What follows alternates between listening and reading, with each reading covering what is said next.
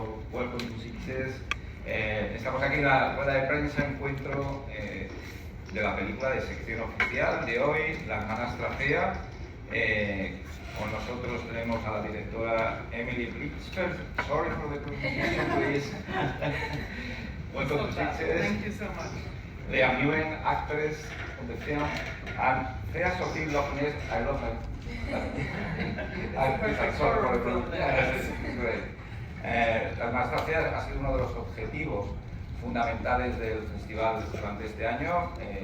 Está aquí gracias a Beta, porque desde hace muchos meses pedimos la data para tener la película cuando la vimos en Berlín, en la Berlinale, y era uno de los objetivos porque vemos que es una de las películas más transgresoras, divertidas, efectivas y valientes del cine fantástico en este momento, que rompe de una manera brutal pero también muy divertida, repito, la tradición del cuento de hadas con el body horror y con una historia llena de una mirada femenina que demuestra que en este momento el fantástico está en manos, y muy buenas manos, de las mujeres directoras, y espero que eso que está pasando en países europeos pase también en España pronto, que ahí estamos un poquito parados al respecto. Pero bueno. Thank you so much. It's great to be here. Thank you very much. Lo primero que quería preguntarles a ellas, a la directora y a las actrices, es cuál ha sido el balance, ¿no?, entre lo que es en la película una reescritura del cuento de hadas tradicional y también el tema de introducir pues, elementos muy transgresores actualmente muy de moda como el body horror y la mirada femenina en todo ello, ¿no? Desmontar un poco la mirada excesivamente masculina que se ha tenido sobre el cuento de hadas en la tradición cinematográfica y en la tradición literaria de todo el mundo. Yes, thank you for that question. You know, when I got the idea to turn Cinderella on its head and tell it from the stepsister point of view, I was quite shocked, because the stepsister is a character that I myself, and I don't think anyone here, have shown the least amount of sympathy. It's actually a character that we have looked down upon, that we've laughed at, you know, and mocked for her wants and her looks and everything. And when I got the idea, actually in a creative nap, I was like sleeping in my unconscious, or not sleeping, but in a in-between mode, and my unconscious did this trick where it suddenly told me the story of the stepsister, where there's a woman who does not fit the beauty ideal, but she fits the shoe, and she goes to towards the castle with the prince, and then she looks down and she sees that her shoe was full of blood. And she realizes, of course I'm not Cinderella. I'm the stepsister. I've cut off my toes to fit this shoe. And waking up, I was in shock, because I understood that that's me. You know, I know exactly how she feels. Not only do I have shoe size 42,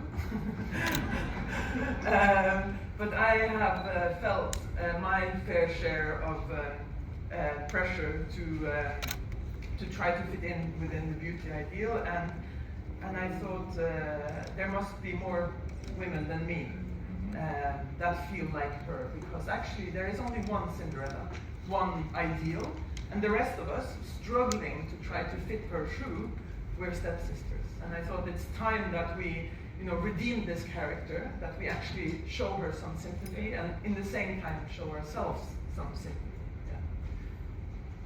Pues muchas gracias. La verdad es que muchas gracias por la pregunta. La verdad es que la idea de poner un fin a esta Cenicienta pues me impresionó bastante desde un punto de vista diferente, porque la hermanastra nunca se ha tenido en cuenta, siempre nos hemos burlado de ella por la apariencia, por lo que representa el personaje en sí.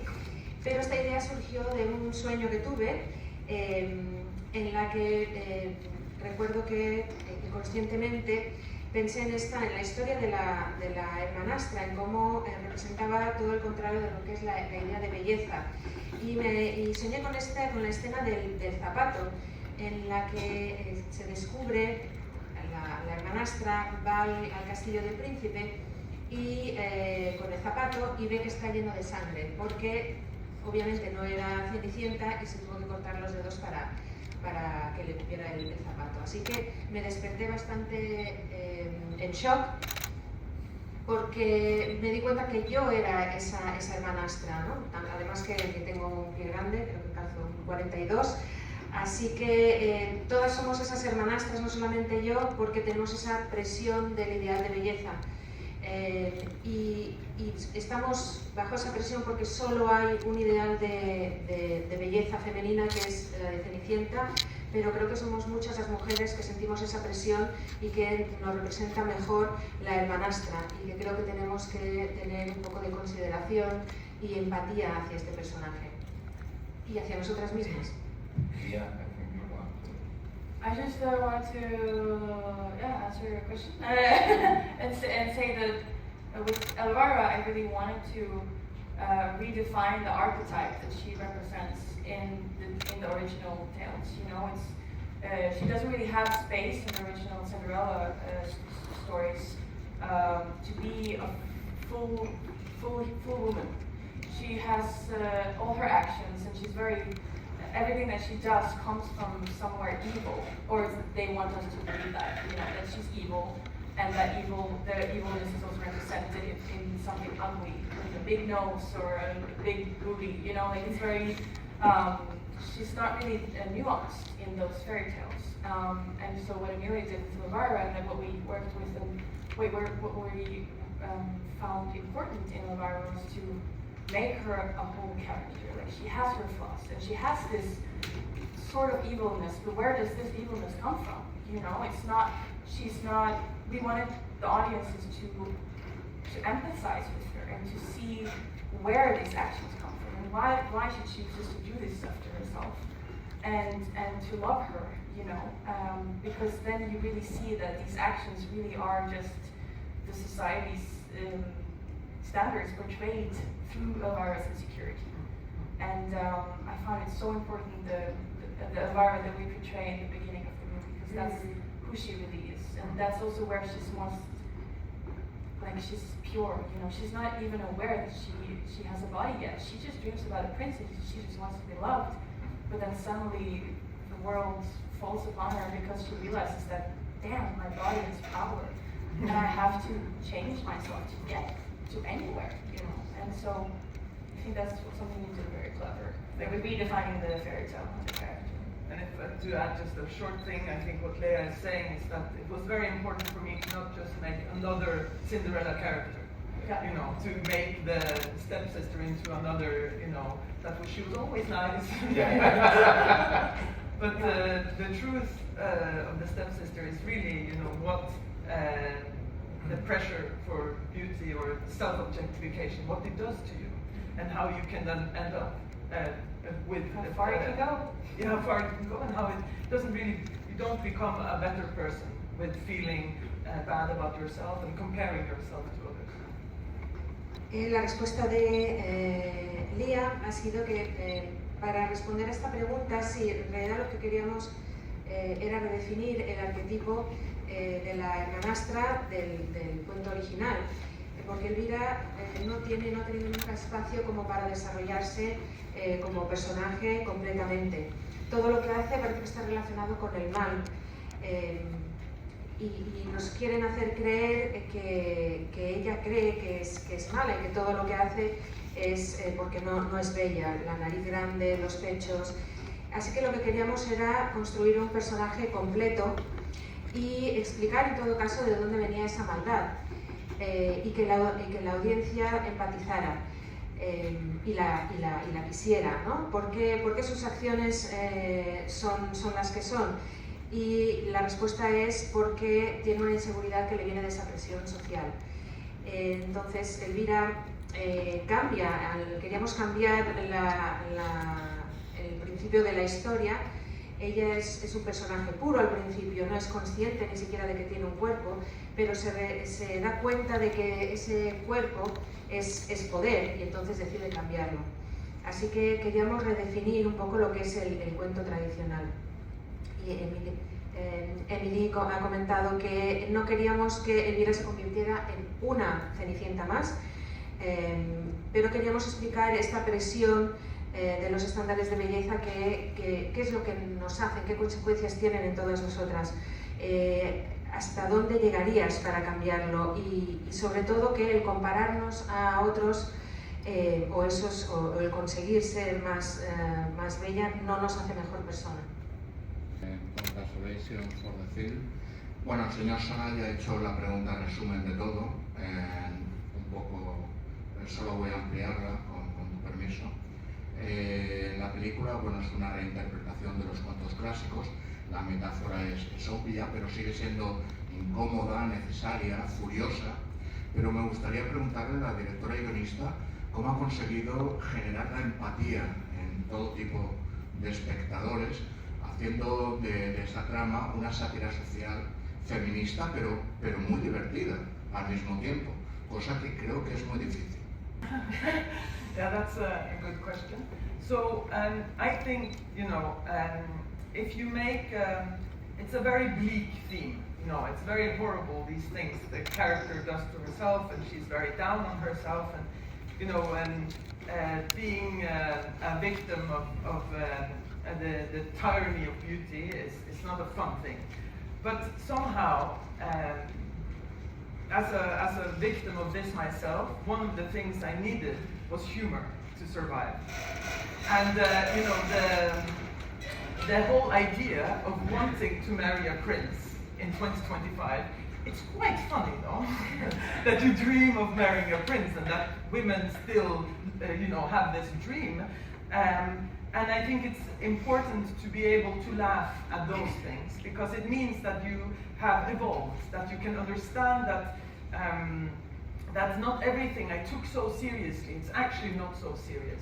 And I think it's a very fine balance between, laughing at the idea that Elvira is so obsessed with this prince, but at the same time not tipping over into mockery, but also showing her sympathy and understanding the real reason behind it, that she really wants to be loved, right? It's like all of us, and it's really a very natural thing. So all the humor in the film comes from, I guess, my own self-irony and the need to be able to laugh at some of the hurt that I've had, that there's catharsis in that. It means that you have evolved and not be too serious about everything, because then it's really, then there's no distance. If I say, oh, look at her, it's so sad, it's hard to reflect or to put yourself into it. But when there's humor, there's distance, and there's room for reflection, and I think this is very important. It's a fine balance, but this was really what I was aiming at. Yeah. Pues es una muy buena pregunta. Creo que el tema en sí es bastante sombrío, ¿no? ¿Qué es lo que llega a hacer el personaje pues, para encajar en este estándar de belleza, y cómo es una víctima de ello precisamente? Y esto no es algo que haga gracia, sino que es bastante triste. Pero yo misma, como víctima de estos estándares y de esta presión, siempre he necesitado este sentido del humor para poder sobrevivir. Y en el año 2025 esta idea de casarse con el príncipe azul, pues hombre, hace un poco de gracia, yo creo. Pero hay chicas, hay mujeres que aún tienen ese sueño, entonces creo que si te ríes de ello es que has evolucionado y es que estás entendiendo que el sentido realmente de esta idea, ¿no? Entonces yo creo que el equilibrio entre este aspecto más, o esta imagen más que nos hace reír, ¿no? En que Elvira está obsesionada con este príncipe, creo que se consigue el equilibrio de poder mostrar empatía por ella, porque al fin y al cabo es algo muy natural el querer ser amado, el querer que te quieran. Pero el humor en este caso viene de mi ironía personal, y creo que sirve de catarsis, como he dicho, porque hace que evoluciones y que no te tomes las cosas tan en serio. También ayuda a tomar una cierta distancia de según qué cosas. Así que por eso creo que el humor en este caso provoca esta distancia y hace que puedas reflexionar sobre algunos temas. Ahondando también en el mismo tema, se podría decir que el planteamiento de la película es como una especie de la sustancia decimonónica, un lado, y por otro lado, siento que han recuperado un poco el sentido original, ¿no? El original de los cuentos de los hermanos Grimm. También hicieron una versión de la Cenicienta, que eran mucho más macabros de lo que luego ellos mismos suavizaron para un público infantil, porque inicialmente sus cuentos eran para adultos. Yes, so it's funny with the substance, you know, who knew that, you know, within the same year, two women in two different cultures and countries would have a bit of the same magic dust, you know, come down. Maybe not in a creative nap for Coralie, I don't know, but I think it has, it gives me hope that there's more places in the world where we feel the need to redefine the narrative around women and women's values, let's say. And she found that she loves body horror and fairy tales as well, so that's great. Yeah, I really wanted to give it, you know, in contrast to the substance, which is hyper modern, you know. I wanted to bring it back to the origins and to say that this is not only a current theme. It's not Elvira is not a modern girl, you know. She was also true in the 1600s, you know. She was also the most relatable character back then, because women have been, you know, forced or manipulated or, you know, changed or to change their bodies to try to fit within the beauty ideal for decades, for centuries, you know. And I wanted to say something about where this comes from culturally. That it has to do with women, when we were merely objects of desire for men. We had not the right to own ourselves, to decide over our bodies. We had no money.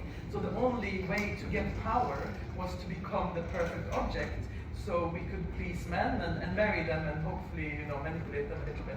I don't know. But this cultural idea of the woman as the object is still very much a part of our culture today, although we are emancipated in the Western world mostly, but and can own ourselves and earn our own money. The cultural idea of the woman as the object is still very, very strong, and this is also shown in how we still repeat the fairy tale about Cinderella without any critical reflection about what we're actually telling our daughters, you know, when we show this fairy tale. And I thought that was interesting to kind of give a perspective, hopefully also to young women today, where we have this idea that you have a freedom to choose to change your bodies. And it's like a new modern idea, but actually you are upholding a very old tradition that was made in a very, very patriarchal and misogynistic culture, you know. Yes. Pues sí, la verdad es que me pareció bastante interesante que firmáramos dos mujeres diferentes, de culturas diferentes, de países diferentes, firmáramos sobre un tema tan parecido, me refiero a The Substance, pero desde el mismo punto de vista, y es que tenemos que tener esperanza y necesitamos redefinir otra vez la narrativa en torno a las mujeres y los valores en torno a las mujeres.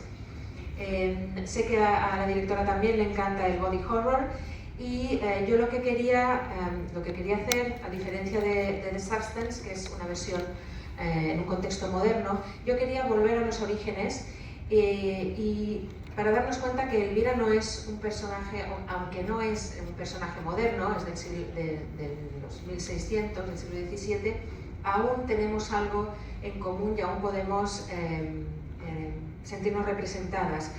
Y es porque, bueno, las mujeres tenemos que cambiar, la idea de que las mujeres tenemos que cambiar nuestro cuerpo para adecuarlo a los estándares de belleza ha estado aquí y sigue durante siglos.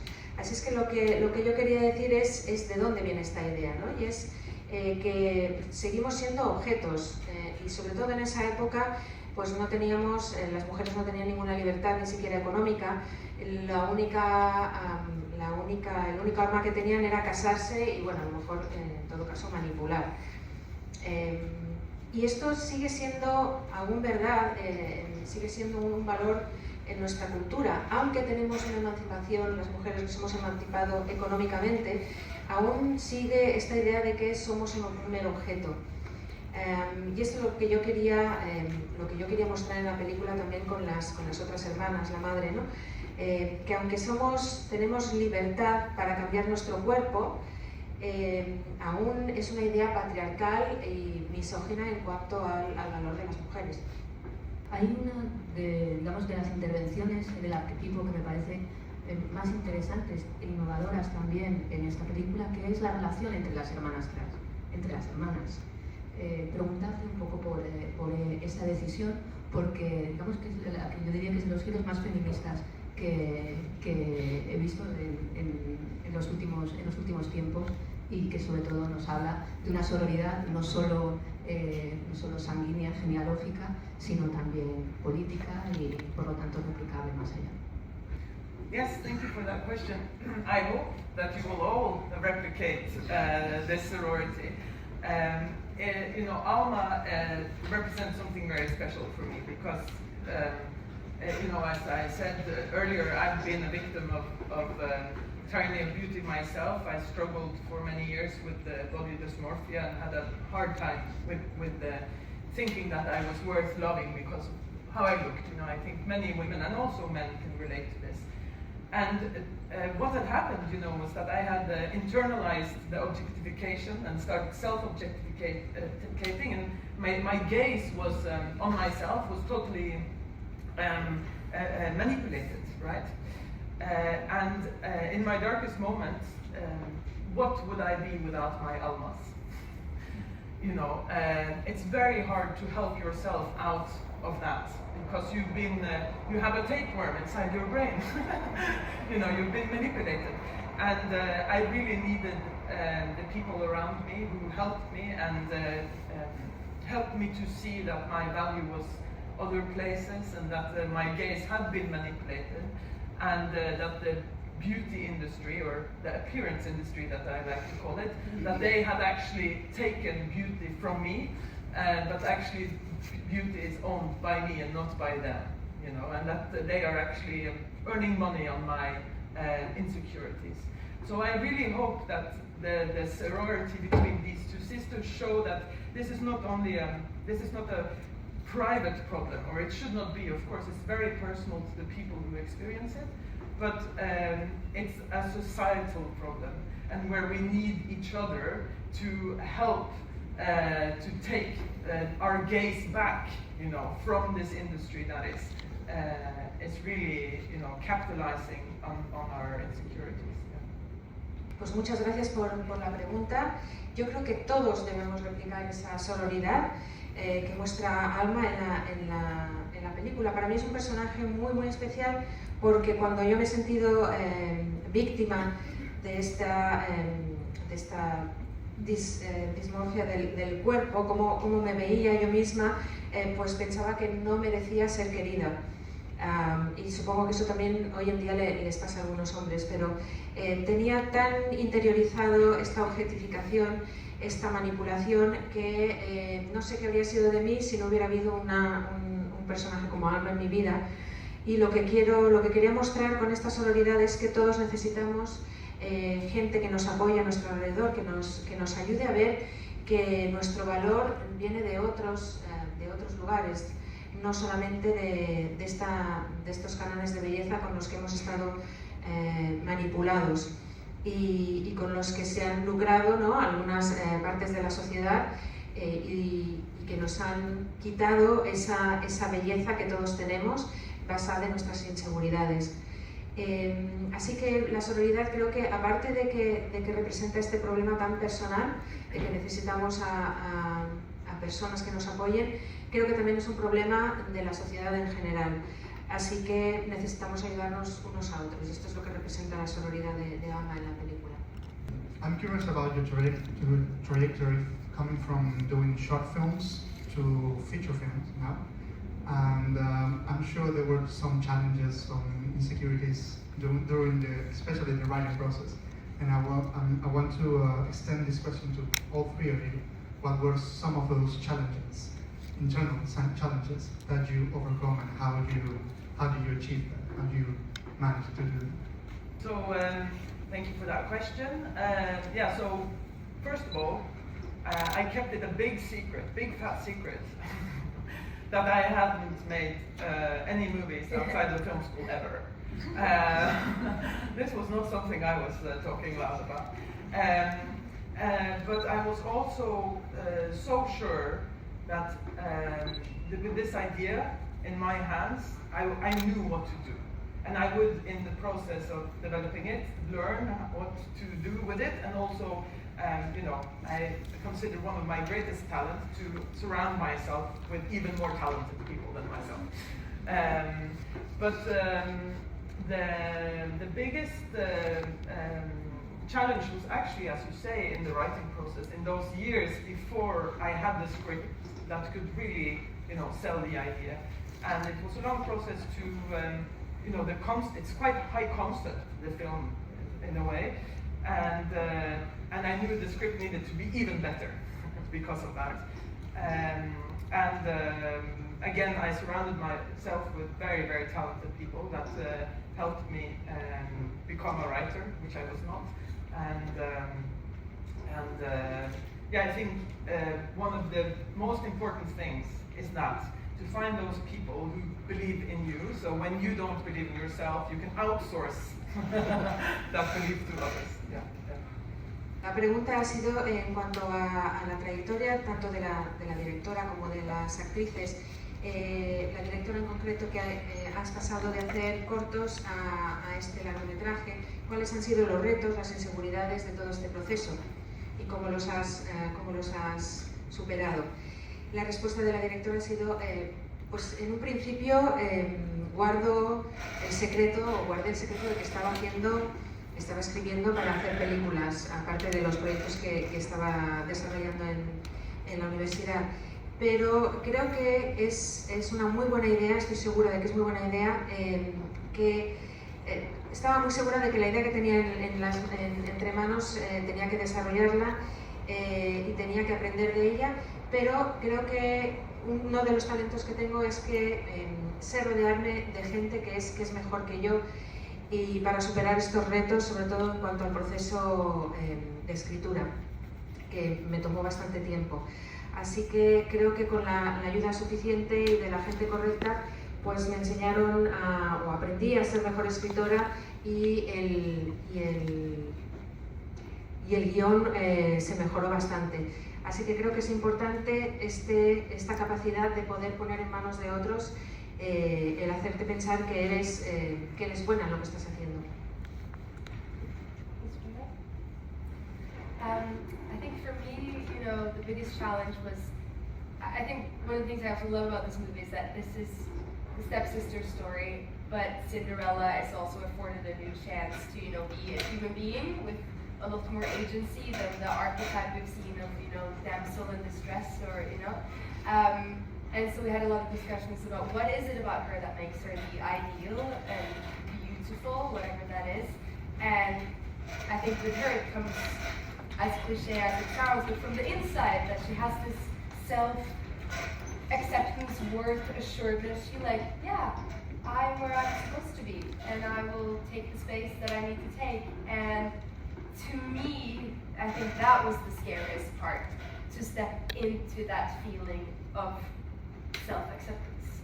I have a lot of insecurities, so I feel like I was kind of fighting my own demons doing this movie. I also broke my toe filming, trying to become skinny and perfect, so I was like, yeah, see, no one is Cinderella with all the ugly stepsister, yeah. Pues para mí el reto principal fue justamente ponerme en la piel de esta Cenicienta, ¿no? Y de cambiar este arquetipo. ¿Qué es el ideal de belleza? ¿Qué es, cómo puedo alejarme de ello en mi representación de Cenicienta? ¿No? De este personaje que piensa que está donde tiene que estar. Así que mi reto principal era este miedo a sentir o representar esta aceptación propia. Yo también como persona tengo mis inseguridades.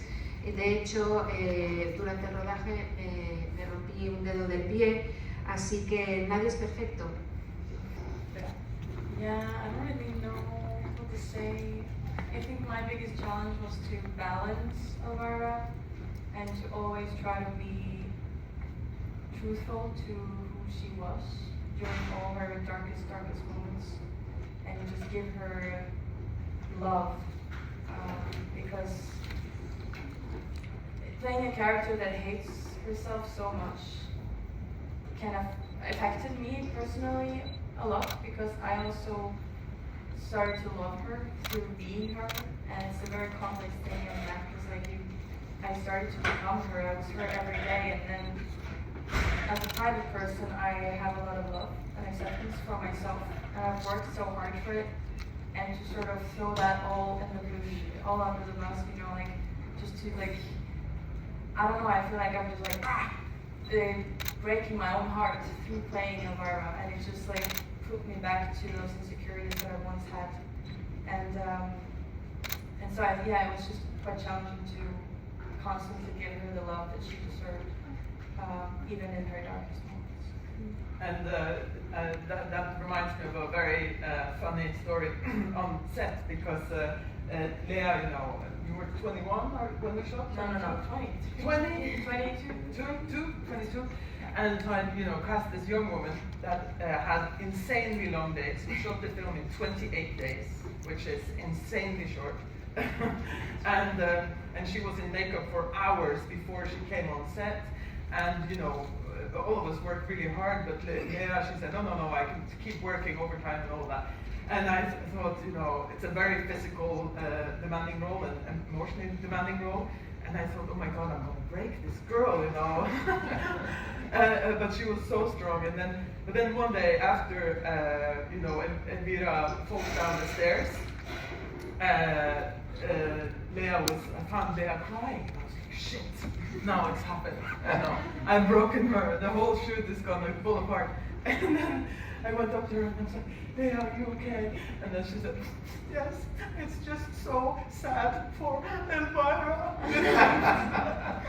And I thought, you know, she's next level. She's next level. And I'm so proud of both of these girls, because they have really gone out of their way and into very, you know, demanding territory as actresses, and portrayed both their characters with so much humanity. And I'm very proud of them.